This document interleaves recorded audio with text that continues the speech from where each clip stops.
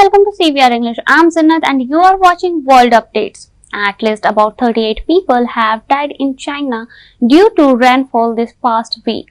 It has broken many records in Beijing and also in northern China, with flood waters from Typhoon Doksuri continuing to glut farms and cities.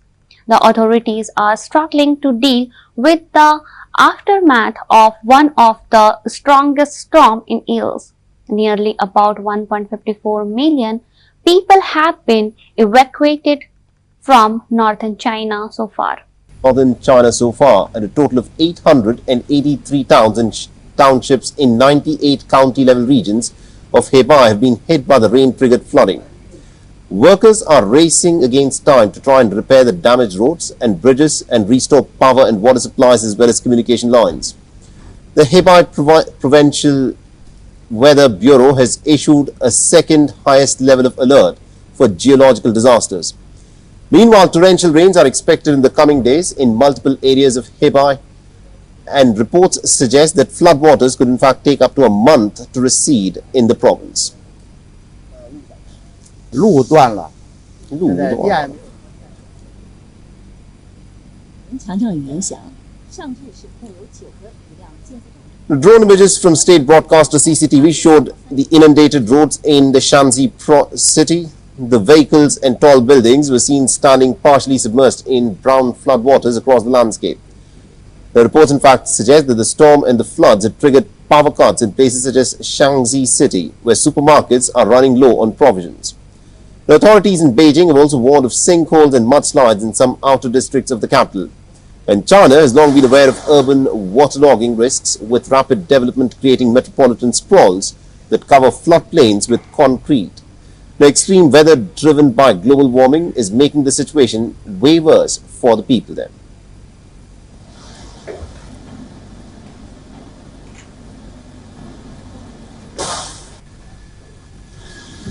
Northern China so far, and a total of 883 towns and townships in 98 county-level regions of Hebei have been hit by the rain-triggered flooding. Workers are racing against time to try and repair the damaged roads and bridges and restore power and water supplies as well as communication lines. The Hebei Provincial Weather Bureau has issued a second highest level of alert for geological disasters. Meanwhile, torrential rains are expected in the coming days in multiple areas of Hebei, and reports suggest that floodwaters could in fact take up to a month to recede in the province. 路断了，强降雨影响，上至省内有9个雨量监测站。 The drone images from state broadcaster CCTV showed the inundated roads in the Following Ukrainian bombardment on Saturday, a university building in Donetsk's wooden roof caught fire, according to an emergency official in the Russian-controlled city in eastern Ukraine. The strike hit a university building and set it on fire. Donetsk's emergencies minister told the media at the scene that it was a cluster munition. This allegation comes on the back of the transfer of cluster munition supplies from the United States to Ukraine last month.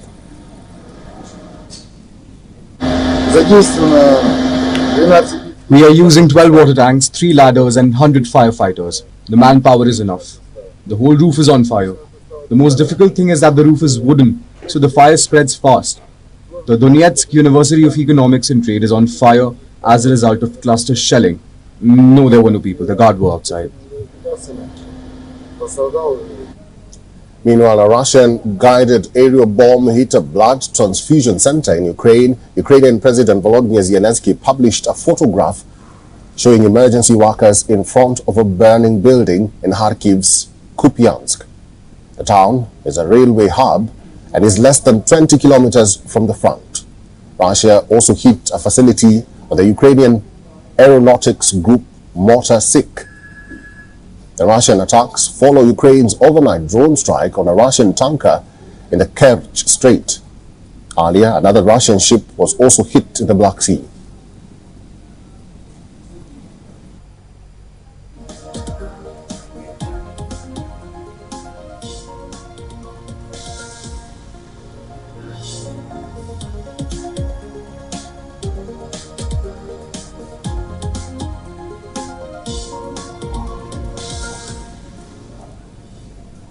Donetsk. The strike hit a university building and set it on fire.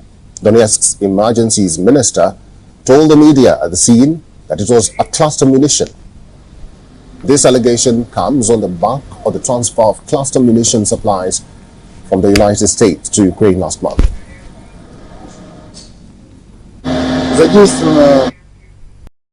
Police arrested Pakistan's former Prime Minister Imran Khan in Lahore after a court sentenced him to 3 years in prison for illegally selling state gifts, potentially barring the opposition leader from contesting an upcoming election.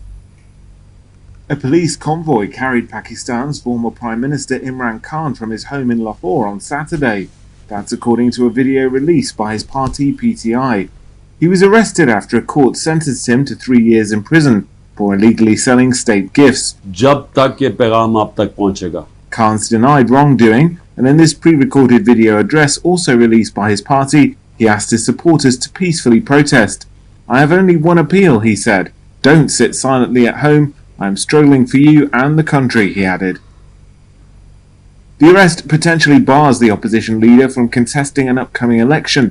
70-year-old Khan is a former cricket star who went on to forge a political career and who was Prime Minister from 2018 to 2022. Legal experts say the guilty verdict could eliminate Prime Minister Shehbaz Sharif's greatest rival in a national election expected to be held in November.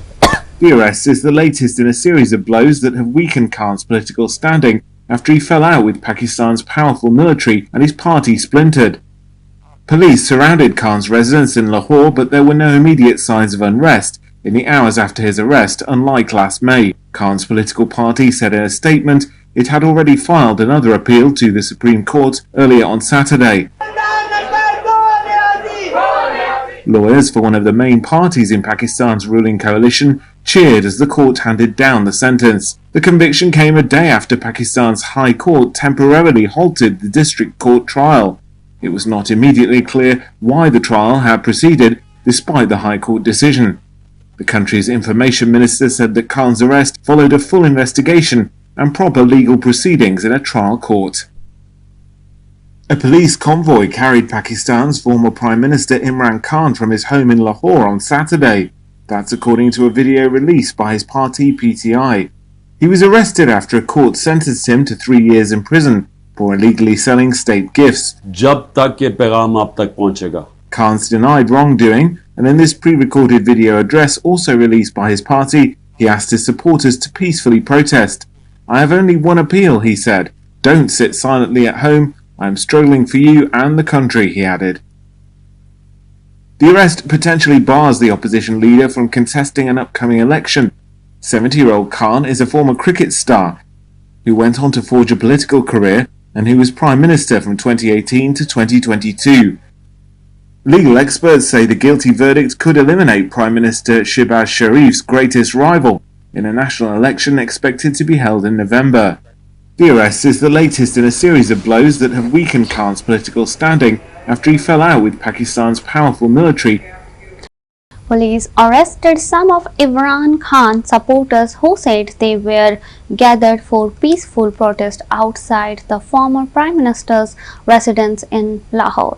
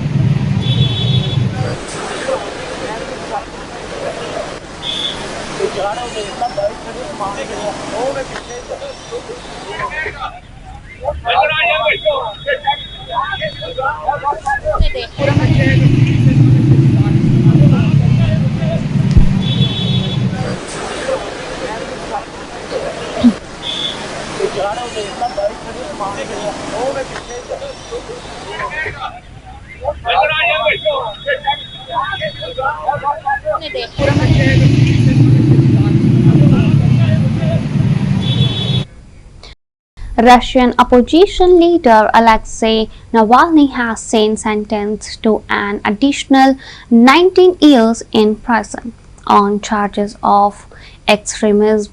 Navalny is a prominent critic of President Vladimir Putin and has campaigned against corruption in the Kremlin for more than a decade. Alexei Navalny had predicted that the sentence would be Stalinist in its severity, and as he walked into the prison sports hall, which served as a courtroom in his case, the dissident opposition leader appeared reconciled to the inevitable.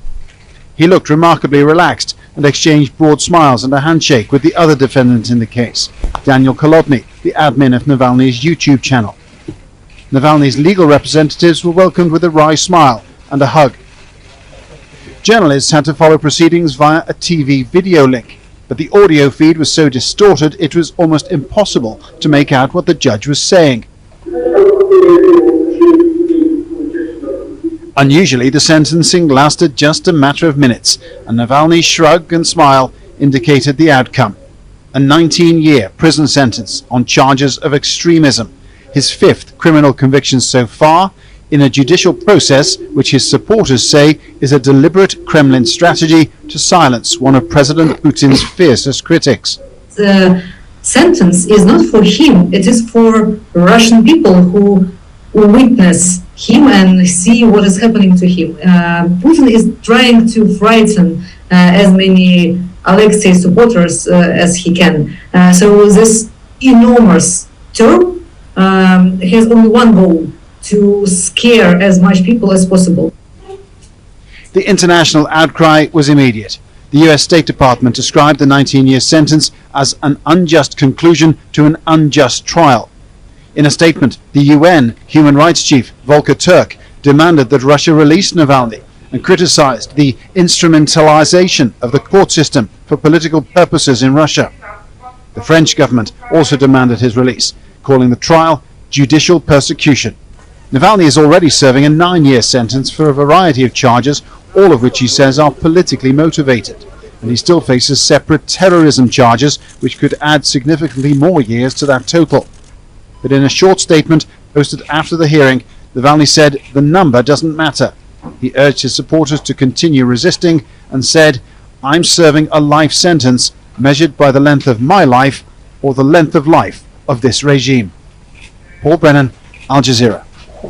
Alexei Navalny had predicted that the sentence would be Stalinist in its severity, and as he walked into the prison sports hall, which served as a courtroom in his case, the dissident opposition. Recent clashes at the Palestinian camp in Lebanon have resulted in the deaths of dozens of people and has injured over 60 others. Saudi Arabia has now urged its citizens to leave the country as soon as possible, recalling the state of emergency. Is Lebanon's largest Palestinian refugee camp has witnessed some intense clashes between the Fatah faction and also another hardline Islamist faction of the camp. Now, the president of the Palestinian Authority, Mahmoud Abbas's Fatah party, has accused the armed groups of gunning down a Fatah military general at the camp, which resulted in deadly clashes breaking out, which forced people to take refuge in nearby mosques and schools. A ceasefire agreement was reached between the armed groups after the Lebanese caretaker Prime Minister Najib Mikati spoke to the president of the Palestinian Authority. The Lebanese leader threatened to involve the army if the Palestinian factions continue to bicker and fight. It's called these clashes as nothing but a flagrant violation of Lebanese sovereignty, which threatens the safety of the Lebanese population. Even though the ongoing fighting near the southern port city of Sidon has relatively calmed down after the ceasefire agreement, the Middle Eastern nations are calling upon the safety of their citizens. As Saudi Arabia has now imposed a travel ban to Lebanon, Kuwait has also stressed to its citizens to stay vigilant and to avoid areas of security disturbances. The United Kingdom has also updated its travel advisory for Lebanon and has banned all essential travel to the nation. Until now, the United Nations has reported that 600 people have been displaced from the Palestinian refugee camp to two of its agency schools. Now, Ain al-Hilweh, which is home to nearly about 200,000 refugees, has seen bouts of violence over decades, raising security concerns for Beirut.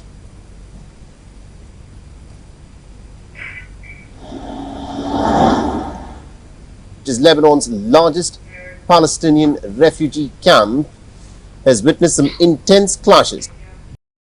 A heavy hailstorm surprised the southern German city of Reutlingen, and accumulated hailstones turned streets white.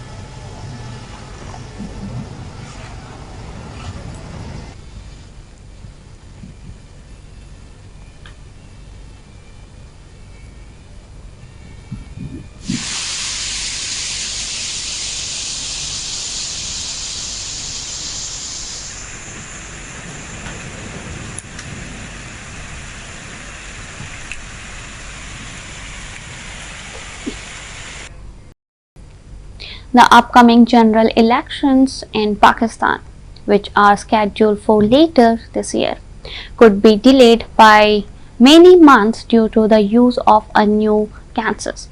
It may take over 4 months to complete the census process and create new parliamentary borders, according to Law Minister Azam Nazir Tarwar. Its first ever digital census has ballooned to 250 million as the nation's population has grown by 35 million within 6 years. Prime Minister Shehbaz Sharif has expressed this as a big challenge for cash-strapped nation. The Election Commission of Pakistan has expressed its inability to hold general elections within the given time frame. The election body has said that it will have to conduct a fresh delimitation of constituencies in this case. This comes amid government's announcement that the current assemblies will be dissolved by 9th of August, after which there will be a time frame of 90 days for elections to take place, as Prime Minister Shehbaz Sharif's tenure expires on the 12th of August. A caretaker government will take his place to conduct polls within the stipulated time frame. This announcement has sparked fears that the polls will be pushed back by months. Law Minister Azam Nazir expressed that it will take about 4 months to complete the census and draw new constituency boundaries. On one hand, former Premier Imran Khan's opposition party is claiming that this is the tactic of the ruling coalition to avoid elections. And on the other, the Shehbaz Sharif coalition is denying any such claims. The ruling party is saying that conducting polls as per the new census is a constitutional requirement.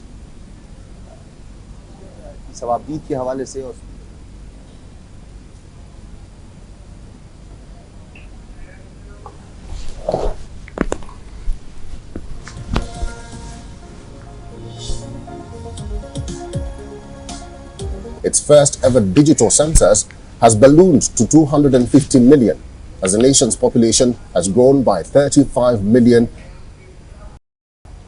Russia says one of its ships in the Black Sea has been hit by a Ukrainian drone. For the second night in a row, it's the latest attack since Moscow withdrew from the UN brokered grain deal last month. Increasingly, the Black Sea is becoming part of the battlefield in the war between Russia and Ukraine. Video from a naval drone released by Ukraine's armed forces shows the attack on the Russian Zik oil tanker, which damaged its engine room. On Friday, a Russian warship was targeted at the Novorossiysk naval base in southern Russia. While this time a civilian ship was hit, Ukraine says the attack was justified. The head of its security services was quoted as saying, "Such special operations are conducted in the territorial waters of Ukraine and are completely legal. If the Russians want it to stop, they should use the only option for this to leave the territorial waters of Ukraine and or land." The attacks on the Black Sea come after Russia pulled out of the UN brokered grain deal that protected Ukrainian grain exports in the past year. Since then, Russia has targeted Ukrainian grain facilities and damaged tens of thousands of tons. China missed the peace summit in Copenhagen in June. This time, its special envoy, Li Hui, will take part. Russia has not been invited. It is very important that the world understands that everyone will benefit from a just and fair end to Russian aggression. Liberating Ukrainian land from occupiers means restoring the full respect of international law and the UN Charter. Zelensky hopes the talks in Jeddah will lead to a global peace summit later this year. Stefan, Al Jazeera, Kyiv. Residents cleaned up after heavy rains hit northern and western Slovenia, causing floods, cutting power and disrupting traffic.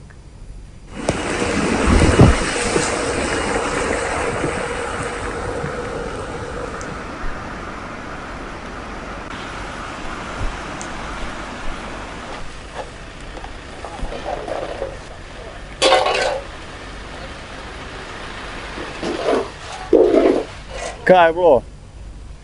Poplava, kaj naj rečemo. Ti Niko lahko to še kaj več povejo, ker je bila neprespana noč. Tako da.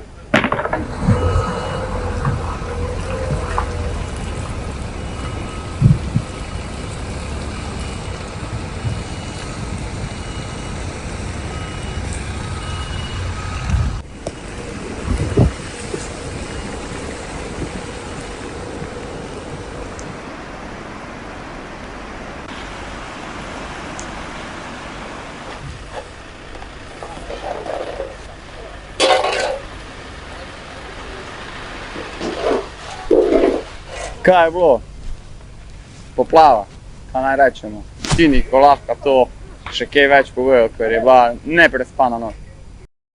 France said it would support efforts to overturn Niger's military coup, a day after West Africa's regional bloc ECOWAS said it had a plan for military intervention. France said on Saturday it supports efforts to overturn Niger's military coup. This followed a meeting in Paris between France's Foreign Minister Catherine Colonna and Niger's Prime Minister Ahmadou Mohamedou, who also visited with supporters outside the Niger embassy. It's a disaster and it's really very painful for the population, he said, adding, "We strongly condemn this coup d'etat which calls democracy into question and which seems to shorten the term of office of a democratically elected president, to whom the people of Niger, by a large majority, entrusted a 5-year mandate. We therefore demand that President Mohamed Bazoum be restored to his seat and complete his term in office." Friday, defense chiefs from West Africa's regional bloc said they had drawn up a plan for military action if the coup leaders do not reinstate the president by Sunday. That raised the specter of further conflict in a region that is already battling a deadly Islamist insurgency. One neighboring country that won't participate in a potential battle is Chad.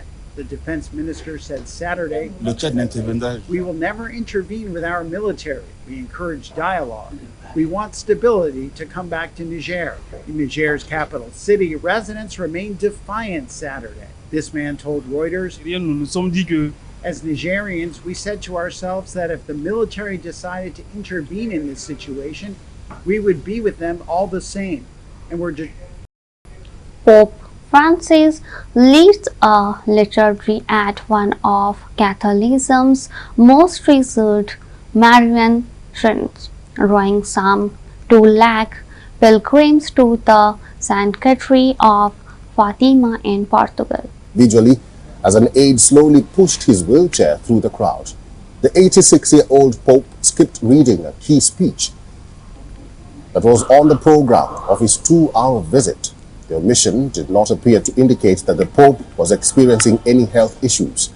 Pope Francis stopped often to kiss babies and comfort the sick. At a huge outdoor sanctuary, one of Europe's most famous, Pope Francis said, "The church has no door and is open to all without exclusion." La pequeña capilla en la que nos encontramos, esto es como una hermosa imagen de la iglesia. Acogedora, sin puertas. La iglesia no tiene puertas, para que todos puedan entrar. Meanwhile, hundreds of thousands of young people reflected on their anxieties at a huge outdoor rally presided over by Pope Francis in Lisbon on August 4th.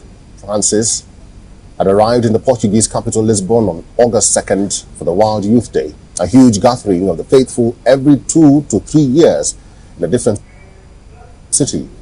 The visit ends with a papal mass on August 6th.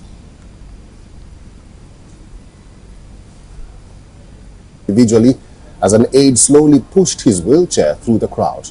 The 86-year-old Pope skipped reading a key speech that was on the program of his 2-hour visit. The omission did not appear to indicate that the Pope was experiencing any health issues. Pope Francis stopped often to kiss babies and comfort the sick. At a huge outdoor sanctuary, one of Europe's most famous, Pope Francis said, "The church has no door and is open." Well, that was the wrap-up bulletin. For more news and updates, keep watching CVR English with Sinath.